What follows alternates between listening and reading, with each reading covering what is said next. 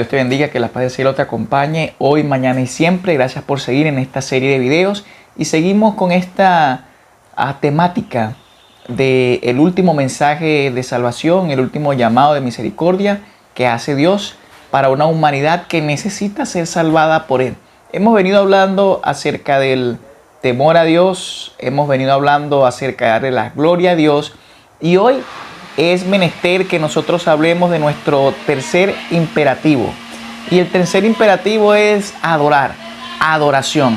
Recuerda que estamos en Apocalipsis 14 a partir del versículo número 6 y en este contexto vemos el último llamado de Dios en la situación que se encuentra el mundo. Un llamado que es porque el juicio ya comenzó y según ese juicio, como sabes, hay personas que en el juicio salen culpables o inocentes, son declarados culpables o inocentes. Bueno, ahora es menester que nos enfoquemos en esas personas que deciden adorar a Dios. Ya hemos visto cómo es temer a Dios, ya hemos visto qué es darle la gloria a Dios y ahora vamos a hablar acerca de la adoración. Y para hablar de la adoración, primero hay que ir al diccionario de la Real Academia Española para ver qué me dice acerca de la adoración. ¿Cuál es el término? Y viene del latín adorare. Y significa reverenciar, honrar a Dios en un culto religioso como le es debido. Eso es lo que dice la Real Academia Española acerca de la adoración. Cuando nosotros vamos a la Biblia acerca de la adoración para investigar de este tema, vemos que adorar al Creador está relacionado con que el ser humano reconozca a Dios como su creador y que se relacione con éste, adorándolo como Él manda. El ser humano cuando adora a Dios lo reconoce como su creador número uno y se relaciona con éste, lo adora, le sirve, lo busca como Él manda. En la Biblia encontramos un versículo muy interesante, el cual es el Evangelio, lo podemos encontrar en el Evangelio según San Juan, el capítulo 4 y el versículo 24. Y dice de la siguiente manera: Dios es espíritu y los que le adoran en espíritu y en verdad es necesario que lo adoren. Interesante. Nos enseña que Dios es espíritu y referente a la adoración, dice que hay que adorar a Dios en espíritu y en verdad. Dios, dice el versículo anterior, busca tales adoradores que lo adoren en espíritu y en verdad. ¿Y qué significa el espíritu? Cuando hablamos de espíritu es una actitud mental y del corazón que se relacionan entre sí en vez de rituales externos. Es mi decisión, es mi mentalidad, es mi sentir, el yo querer adorar a Dios, el yo querer vivir conforme a la voluntad de Dios, el yo querer amarlo. Y mi corazón en el sentido de lo que yo siento hacia Dios, lo que yo anhelo de Dios y lo que yo le quiero brindar a Dios. Es mi actitud de reverencia, de obediencia, de adoración hacia mi Creador. Y también dice que no solamente nos quedamos con el espíritu, porque me dice, Dios es espíritu y los que le adoran en espíritu y en verdad es necesario que lo adoren. Muchas veces nosotros nos quedamos con el espíritu. Adorar a Dios como yo quiero, de la manera que me gusta, de la manera que yo siento que es correcta o la que me han enseñado.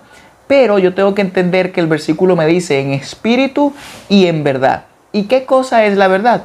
En el mismo Evangelio de San Juan encontramos en el capítulo 17, el versículo 17, santifícalos en tu verdad, tu palabra es verdad.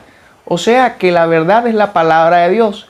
Cuando la Biblia me dice que a Dios hay que adorarlo en espíritu y en verdad, se refiere a una actitud de reverencia, de amor, de obediencia para con mi Creador y también según la palabra de Dios.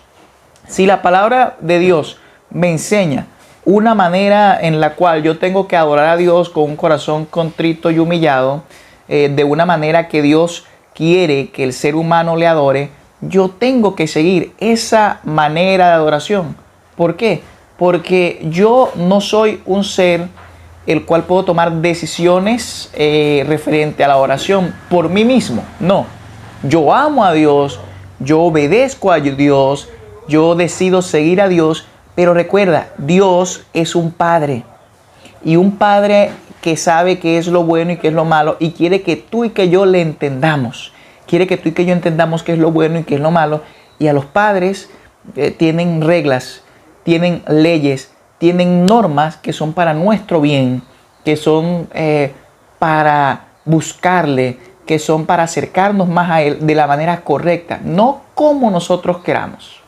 Y es importante entender esto, porque a la hora de adorar a Dios, no simplemente lo tenemos que hacer como vemos en la iglesia, no simplemente lo hacemos como vemos en la televisión o en algún video. Yo tengo que adorar a Dios como me enseña la palabra de Dios, como dice la Biblia que hay que adorar a Dios. Por ejemplo, Jesucristo en esta tierra, que es nuestro mayor ejemplo, adoró a Dios ¿de qué manera? Siguió sus pasos, mostró amor hacia Dios, amor hacia el prójimo, amaba a Dios, amaba al prójimo y se mantuvo fiel, porque en cada decisión que él tomaba, cada situación, siempre intentaba, y lo hizo, obedecer a Dios. Vivió para agradar a Dios y vivió para cumplir la voluntad de Dios en su vida. Él no hizo nada independientemente de sí. Él no hizo nada de manera independiente. Él siguió la voluntad de Dios. O sea que cuando nosotros adoramos a Dios, hay que adorarlo como Él manda, de la manera correcta, de la manera que Él estableció para que lo adoremos como humanidad, como sus hijos, como sus siervos. Así que más adelante vamos a aprender cómo se adora a Dios, porque aquí en el contexto de Apocalipsis 14 me está hablando de un último mensaje que se da en respuesta a lo que ocurre en Apocalipsis 13. Y en Apocalipsis 13 vemos un conflicto de adoración. O sea que este tema es importantísimo.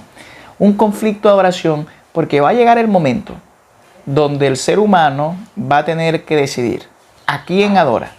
¿Adora a Dios o adora al enemigo de Dios? ¿Adora a Dios como Dios manda o no lo adora como Él manda? Por eso es importante saber este tema, ya que este conflicto en el cual nosotros estamos involucrados, donde comenzó en el cielo, donde comenzó con un querubín que se rebeló ante el Creador y dijo que su gobierno era un gobierno de maldad, que no era un gobierno justo, era un gobierno posesivo, era un gobierno era Dios un dictador. Y de esa manera vemos que hoy tristemente las personas ven así a Dios. Se hacen preguntas como, bueno, si Dios fuera tan bueno, ¿por qué niños mueren en África? ¿Por qué a esta persona le dio cáncer? ¿Por qué hay tanta delincuencia? Y siempre el ser humano busca de alguna manera, cuando no se conoce a Dios, echarle la culpa a Dios. Dios tiene la culpa. Y eso no viene de nosotros, no viene de la tierra, viene desde el cielo. Cuando ese ángel, que hoy en día lo conocemos como Satanás, lo que hizo fue rebelarse ante Dios y acusó a Dios ante los otros ángeles de ser un Dios castigador, un Dios malvado, un Dios cruel. Y hoy, tristemente, la mayoría de las personas ven a Dios de esa manera. Por eso es importante que conozcamos cuál es la manera correcta de adorar a Dios. Sigue viendo estos videos, sigue conociendo de Dios y vamos a seguir aprendiendo acerca de este llamado que Dios nos hace hoy. Dios te bendiga.